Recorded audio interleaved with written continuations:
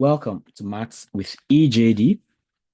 In this video, we're talking about another method for solving non-homogeneous second order ordinary differential equations. Okay.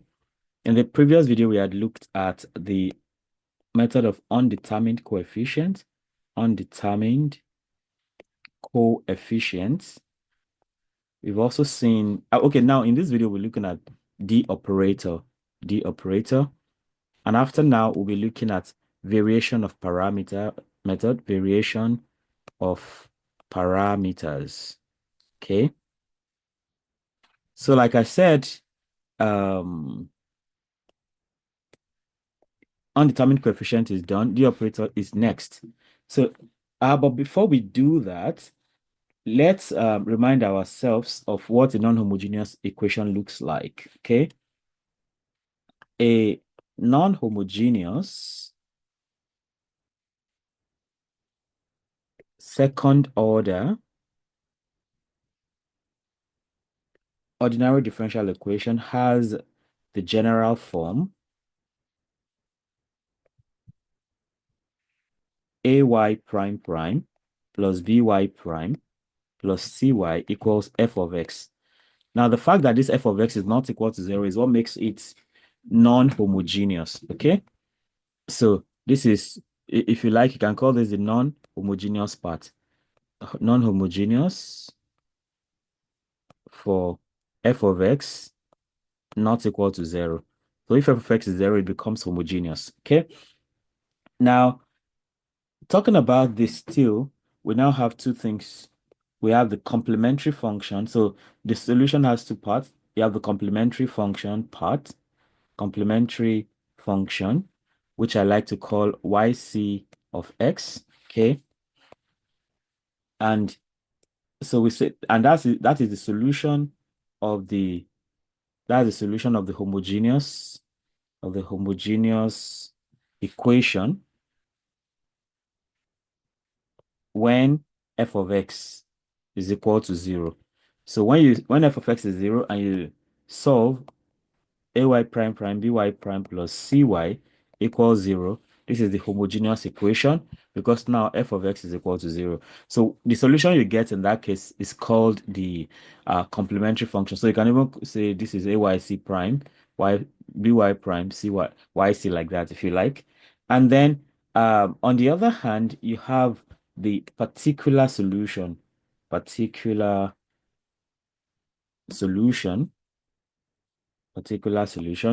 I mean, that talks about the homogeneous part now. So this is the particular solution is a specific solution, okay, that satisfies satisfies the full equation, including the homogeneous part, that satisfies the full equation. In fact, f of x, that f of x we have up there, f of x being the homogeneous part, the homogeneous part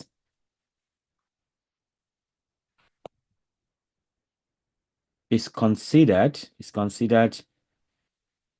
as an external forcing. So it's more like you are exerting an external force on the system. So it's considered as an external forcing, and and it can take it can take different forms. So it can take different forms like, okay, exponential. So it can be exponential in nature. Okay. It can be it can be a polynomial. It can be a polynomial. Okay. It can be sine or cosine. And it can be a combination of any of this. Okay. So now let's go back and talk about the main concept we are about here, which is the D operator. So let's talk about D operator, and inverse D operator. D operator and inverse D operator. So that's the method we are using here, just like the method of undetermined coefficients. So the D operator, the D operator is a notational convenience. It's a notational convenience. That means that it's something we already know, but it's just another way of rewriting that. So anywhere you see D, it simply tells you d dx. Anywhere you see D squared, that means you're talking about D squared something, dx squared. And then it goes on like that. Like D cube will be D cube something, dx cube. Okay. Then it's also important to know that the equation, so you can rewrite whatever equation you have, the equation is rewritten in terms of the D, which is the operator now, the differential operator in short. D operator is simply differential operator, or if you like, derivative operator.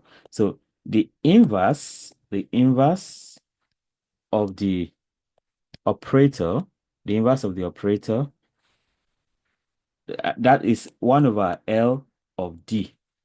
And it is used, that inverse 1 over L of D is used to find, it is used to find the particular solution, to find the particular solution. Okay. Now, with that taken care of, can we look at some solution steps when we use the operator, the differential operator? Solution steps with the operator. Okay. So first of all, like we said earlier, you write, yeah, given an ODE, right? You write the ODE using D, okay? Using D, that means you replace y prime prime with d squared y, and then replace y prime with dy, and so on and so forth. That's what it means to rewrite. We write the ODE using D. And step 2, you now solve the homogeneous, you solve the homogeneous equation, solve the homogeneous equation, which will be L of dy equals 0 now. So by the time you've written the equation in terms of D, so you set it to 0, you forget about the homogeneous part. So L of dy equals 0. So you use this to get the complementary function. Complementary function. Then step 3, you can now find the particular solution. Find the particular solution using the inverse operator. Using the inverse operator. So the inverse operator here is 1 over LD like we saw before. So you now operate that with the so this is more like the particular solution. Now y of p equals 1 over L of D multiplied by the f of x. So I'm going to give some specifics about this as we go on. That's the third step. And the fourth step now is where you talk about the general solution. So the general solution, of course, just like we saw with method of undetermined coefficients. So y of x is usually yc of x plus yp of x. And all of that you would have obtained at the top there. So with this now, can we look at the different possibilities, of the D operator? So let's go for black now. So can we look at the case? Look at them case by case. Imagine a situation. Imagine when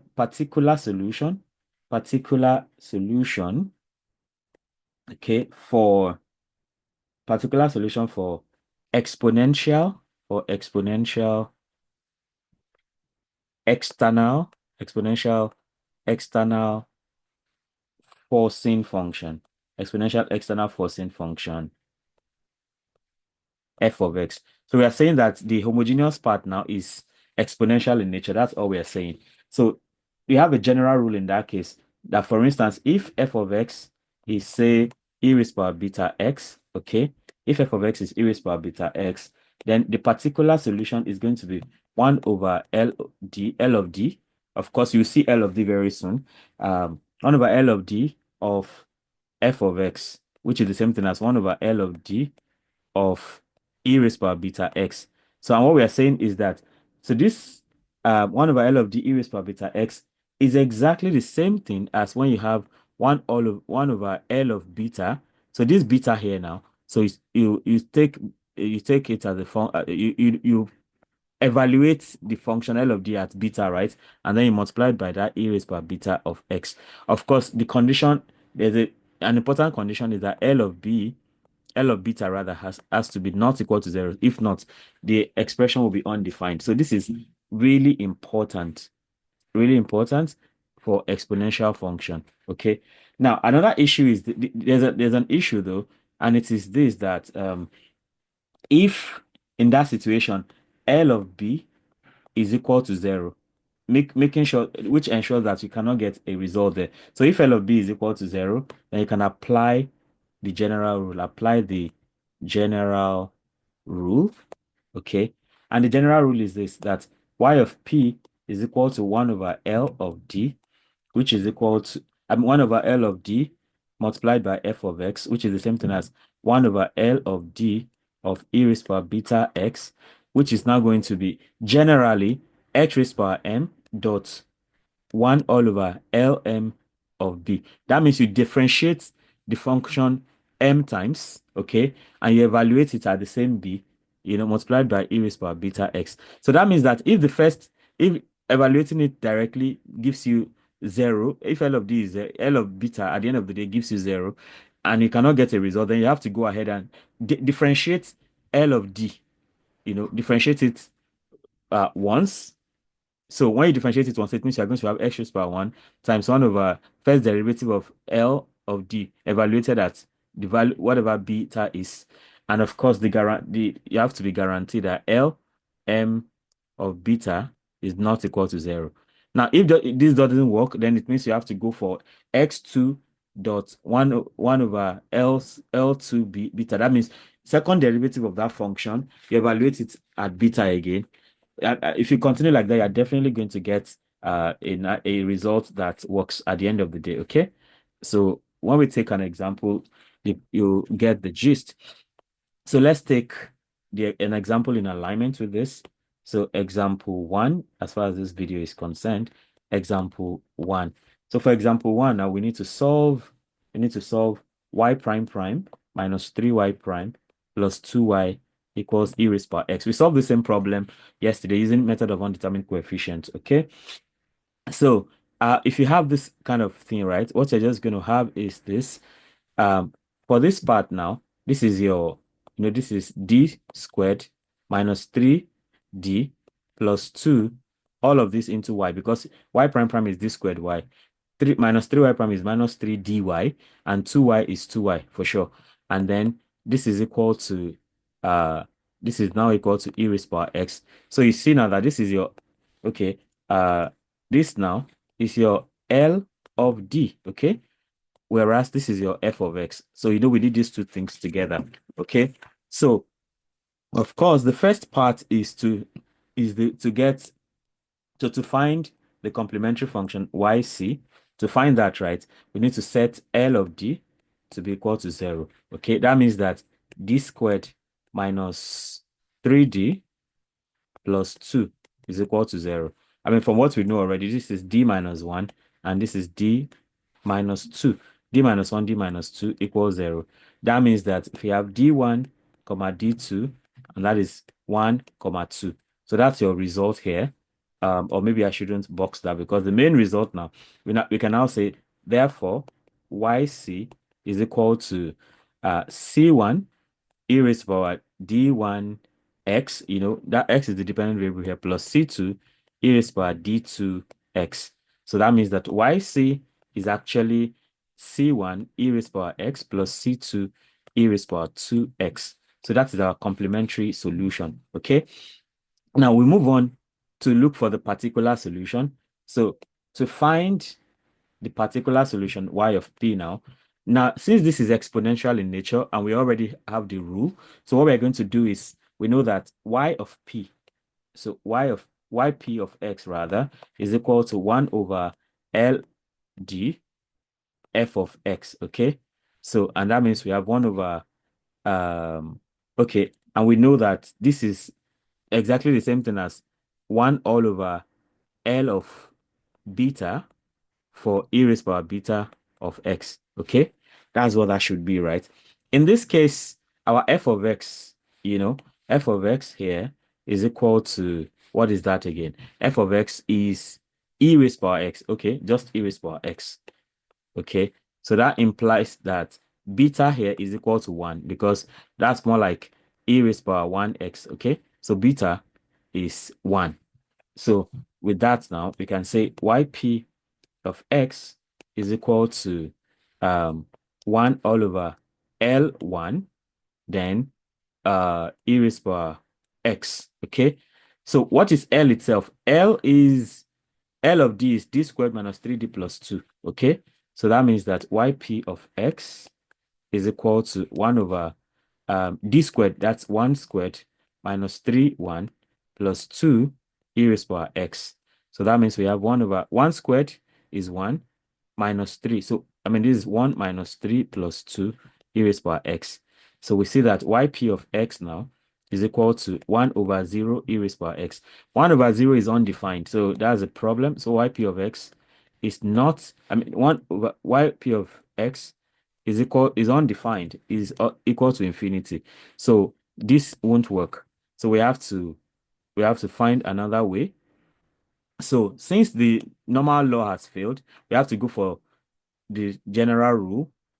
So in this case now, okay, since yp of x is undefined, we use the general rule. We use the general rule. And what does the general rule say? It tells us that yp of x is equal to 1 over L of d f of x. And here that would just be, that would be 1, that would be x raised to power m. So, but after 0 now, that will be x raised to power 1 times 1 all over L prime of d evaluated at, or better still, L prime of beta evaluated at e raised power beta x. And since we know that beta is 1, right? So, of course, we know L of d is equal to d squared minus 3d plus 2. So L prime of d, that means we differentiate that, that's 2d minus 3, okay? So that tells us now that yp of x can now be x. So it's more like multiplying by x like we used to do in some instances. So that's 1 over 2 into 1 minus 3, then e raised power x. So that means that yp of x is equal to x times 1 over 2 times 1 is 2. 2 minus 3 is minus 1, e raised power x. So the whole of this is yp of x, and that is equal to minus x e raised power x. Okay. So with this in place now, we can then go back and get the overall results. So we can now say, therefore, y of x is equal to yc of x plus yp of x. Okay. So that means that y of x is, yc of x, if you remember, is this. So c1 e raised power x. So that is c1 e raised power x plus c2 e raised power x. Then yp now is minus x e raised power x. So minus x e raised power x. Okay. So y of x is equal to c1 e raised power x plus c2 e raised power x, e raised power 2x actually, then minus x e raised power x. Because e raised power x is common here, so we can have y of x, the general solution, to be c1 minus x e raised power x plus c2 e raised power 2x. I mean, we can graph this in Desmos like we've been doing before, but I won't do that now. So this is the general solution now, general solution, and we are done with that question. Okay, so that is when we have external forcing to be exponential. Now, what if it is the external forcing is not exponential and it is a polynomial? Okay, so in this case, let me switch gear and do green. So we have particular solution, if we have particular solution for polynomial or polynomial external forcing function, polynomial external forcing function, f of x, okay? Which is a polynomial, what do we do? So that one is more straightforward. So we are saying if f of x is equal to, say, x raised to power n, blah, blah, blah. Or better still, maybe we say it's x raised to power n plus b raised to power x n minus 1 plus c x raised to power n minus 1, and so on and so forth. That's what we all basically mean. So in that case, what we're just going to do is, if that happens, right? So our particular solution is just going to be 1 all over L of d, f of x. And that is the same thing as L of d. So we take the inverse of this and operate it with the function f of x.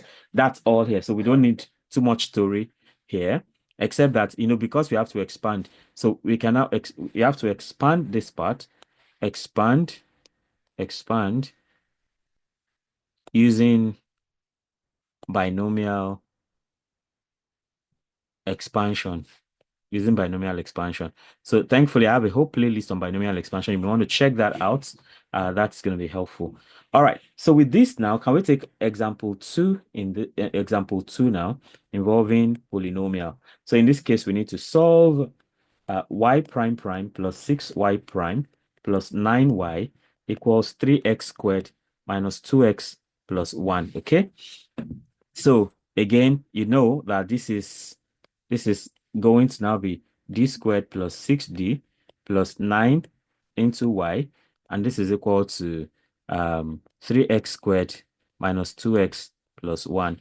And again, like this is our L of d, okay? And this is our f of x, right? So now we need to get so to find y of c, right? To find yc of x, the complementary solution, what do we do? So we have L of d to be equal to 0. That means that we have d squared plus 6d plus 9 is equal to 0. We know already that this is d plus 3 raised to power 2 equals 0. So here we get d to be equal to minus 3 double roots. So this is double root. And whenever we have double roots, we already found that out when we talked about, but of course, this characteristic polynomial kind of thing, right? So if you get double root like this, what happens is that we can now say, therefore, yc. So this double root now, so it's like yc is equal, yc of x, if you like, yc of x is equal to c1 e raised to power minus 3x. Because the root is the same, and to avoid it being the same, because if we say c1 e raised to power minus 3x plus c2 e raised to power minus 3x, we could as well just add c1 plus c2 together and form another constant. So we haven't got anything different. So as a result of that, we now have c1x e raised to power minus 3x. Okay? That's now what our complementary solution is going to be in this case when we solve the homogeneous part of the problem. Okay, so we have that sorted. Now, okay, maybe I shouldn't box that yet because I can still factorize, right? So yc of x can still be factorized for that to be c1 plus c. Okay, this should be c2. So plus c2 of x. Let me make that tidier. So c1 plus c2 or c2x e raised to minus x. So all this into e raised to minus 3x rather. So this is what we have here. So imagine if this was also e raised to minus 3x. So c1 plus c2 would just be another constant entirely. So we have not got anything special. Okay, that's why we have to multiply by x. So we have sorted the complementary solution. So we now need to find the particular solution to find yp of x. So now we are dealing with a polynomial. So in this case, we know that so we just have yp of x to be equal to 1 over L of d f of x. So that means that yp of x is equal to 1 all over, so that's like L of d inverse multiplied by f of x. So in that case, what we simply have is that yp of, okay, I guess I want to switch gear here. So we now have yp of x to be equal to L of d. We already know L of d to be d squared plus 6d plus 9 raised by minus 1. And f of x is 3x squared minus 2x plus 1. So this is what we have to deal with in this case. So we are in for some sweet maths. So here, because we need to operate this with this. See what happens here. We for easy, since we are going to use binomial expansion, so what it is always sweet if you have one showing in the expression, and the easiest way to have one is to divide through by 9. So it's more like we now have so factorize 9 from here. So we have 9. So we have 9 into 1 over 9 d squared plus 6 over 9 d plus 9 over 9, which is, okay, let me just even say plus 9 over 9. So that's the way to go. Inverse into 3x squared minus 2x plus 1. So what we have done there is to factorize 9 out. And if you factorize 9 out, it means that 9 divides everything here. So 9 times 9 cancels, 9 times 6, 9 still cancels. So you just have your normal thing. So, but with this now, we have an easy way. So yp of x now is equal to, so we can split this apart. So this 9 can carry inverse on its head. So we have 9 raised by minus 1, okay, into 1 over 9 d squared.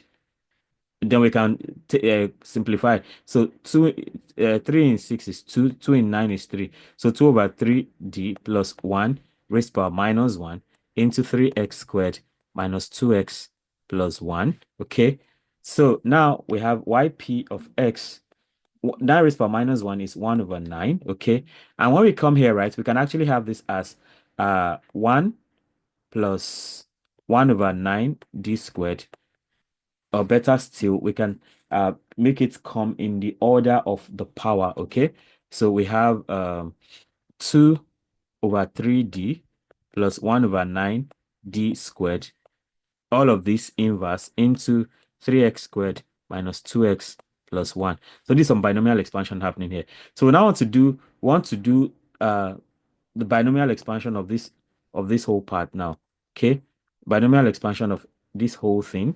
Okay. So this is like your A and this is like your B, and minus 1 is like your N for binomial expansion. Okay. So if you do that, it means that YP, okay, let me change gear here to show that we are doing something else. So yp of x now is equal to 1 over 9. And if we expand this in binomial expansion, right, you know how it goes. It's like a raised power n all over, a raised power n, b raised to power 0 all over 0 factorial. So that's like 1 raised power minus 1, then 2 over 3 d plus 1 over 9 d squared raised power 0 all over 0 factorial, plus the next one we have, the minus 1 comes down. This minus 1 power comes down, minus 1. 1 raised power minus 2, that's minus 1 minus 1. Then we now have 2 over 3d plus 1 over 9 d squared raised power 1 now, all over 1 factorial. So all of this will now be multiplied by 3x squared minus 2x plus 1. That's like some extreme sports, but just follow for binomial expansion. So you see 1 raised power minus 1, everything raised power 0, 0 factorial, all of that is 1. So we have yp of x to be equal to 1 over 9 into um the whole thing here is 1, okay, plus, maybe not plus now, this is minus, so this is 1 automatically, and this is also 1. So we have so that would be, this is also 1, like I said. So now we have 1 minus 2 over 3d plus 1 over, minus still, because that minus goes inside. Or let me just write this step. 1 minus 2 over 3d minus 1 over 9d squared. Okay. All of this into 3x squared minus 2x plus 1. So you don't need more than that one step of expansion, because if you go further, it's going to be too much. So we just stop here. So we have yp of x equals 1 over 9 into 1 minus, okay, this is plus inside the bracket, right? It's still plus inside. But if you expand it, you have 2 over 3d minus 1 over 9d squared. So all of this into 3x squared minus 2x plus 1. So what we have to do now is to now operate what you have inside the brackets, big brackets, with the f of x. So we are yp of x. Okay, I guess I want to switch gear here too. So here, imagine that we now have yp of x to be equal to 1 over 9 into 1 into 3x squared minus 2x plus 1, then minus 2 over 3d into 3x squared minus 2x plus 1, then minus 1 over 9d squared into 3x squared minus 2x minus 2x plus 1 plus 1, all that. Okay, so yp of x now is equal to 1 over 9 into, so for this we just have 3x squared minus 2x plus 1 because we're multiplying by 1 directly. And here we have 2 over 3 into, d operator means differentiate once, right? So differentiate 3x squared once, you have 6x minus 2. 1 is constant, so it goes. So we have 1 over 9.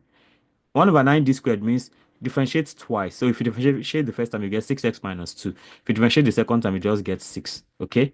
So we have all this like this. So we have now yp of x equals 1 over 9 into 3x squared minus 2x plus 1. Then minus 3 here is 1, 3 here is 2. So that's minus 4x. Then minus 4 over 3. Okay, that's minus 2 over 3 times minus 2. So we have minus 4 over 3. Let me remove the cancellation so it's clear. So this is minus 4x, of course, because 3 here is 1, 3 here is 2, 2 times 2, 4, so minus 4x. Then for the other one, we have plus 4 over 3 there. Then here we have 6 over 9, that's 2 over 3, like that. Okay, so it's clear now. We have this so that I can now switch gear again and say I'm doing yp of x is equal to 1 over 9 into 3x squared. That's all we have for that. Then minus 2x minus 4x is minus 6x. Then this is 1, right? This is 1. Okay. This is 1 here. So 1 plus 4 over 3 plus 2 over 3. And we know 1 is like 3 over 3. So 3 over 3 plus 4 over 3 is 7 over 3. 7 over 3 minus 2 over 3 is minus 5 over 3. Okay. So we have that.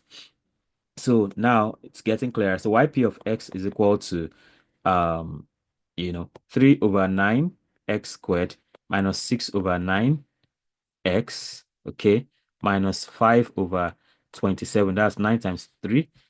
And then finally, we have yp of x is equal to 1 over 3 x squared minus 2 over 3x minus 5 over 7, 5 over 27. Now you see that this particular solution looks a bit different from what we got using a method of undetermined coefficient. But I mean, as far as you're sure your steps are correct, you're good to go. So now we can say, so the general solution is such that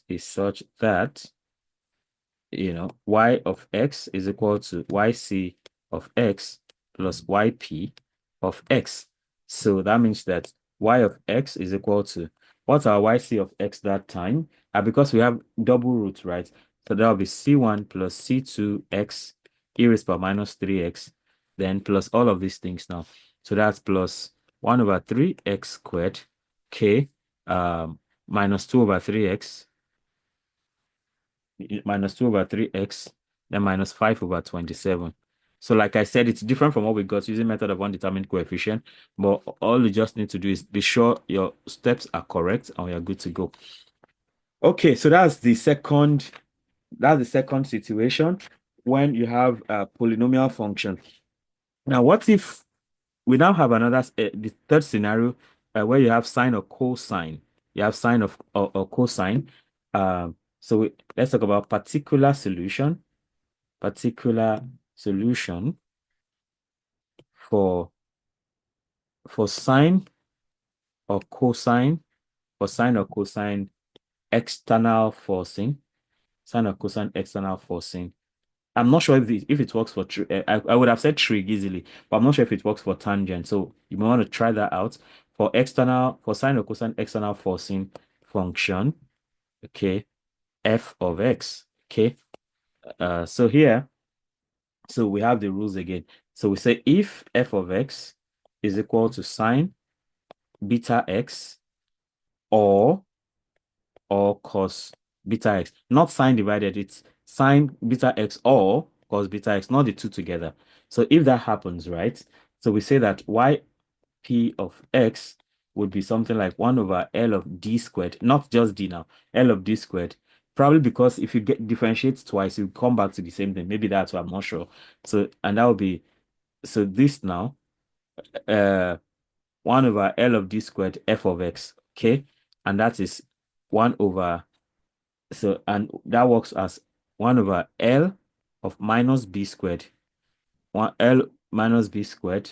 I believe the minus is because if you differentiate twice, minus comes up at some point. So of either sine beta x or cos beta x, guarantee making sure that L of minus b squared is never equal to 0, because if it is equal to 0, it doesn't work. Okay. But again, just like we had before, um, if L of minus b squared is equal to 0, then you can use the alternative formula.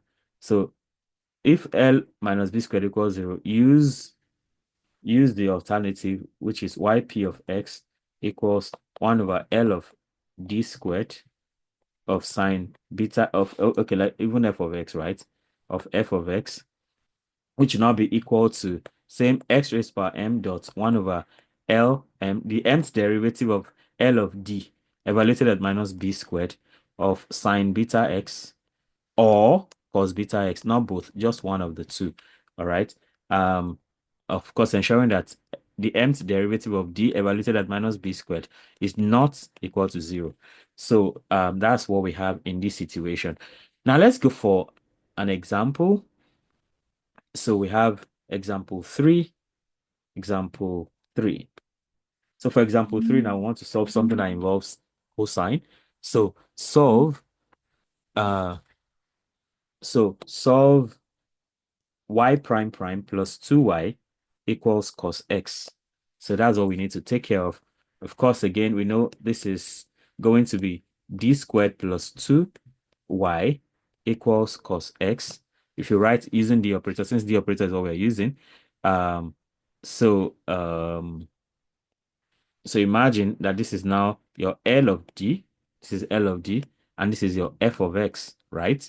So then we want to find, so we say for yc, we know L of d should be equal to 0. And L of d here is d squared plus 2. So that's d squared plus 2 equals 0. That means that d is equal to plus or minus I root 2. Okay, that is that. So that we now have yc equals, because this is complex root now, and it doesn't have a real part. If it had a real part, we would have had e raised power something. So, but now the real part is 0, so it's something like, this is more like 0 plus or minus I root 2. Okay, so that will be e raised power 0 x, okay, into c1. So because it's complex now, so c1 cos root 2x plus c2 sine root 2x. That's what we get. Of course, that is yc. E raised power 0 is 1. E raised power 0, e raised power 0 is 1 in short. So that's c1 cos root 2x plus c2 sine root 2x. Okay, if this wasn't 0, then e raised power something will still be remaining there. So in all, we have yc to be c1 cos root 2x plus c2 sine root 2x, like this. So this is the complementary solution. So let's go for the particular solution. Okay, so for yp of x, we now have yp of x to be equal to 1 over L of d squared f of x, which is in this case yp of x, which is equal to 1 all over L of d squared, okay, for cos x, So in this case, if you compare this to cos beta x, that's like cos 1x, okay? That's like cos 1x. So beta is equal to 1.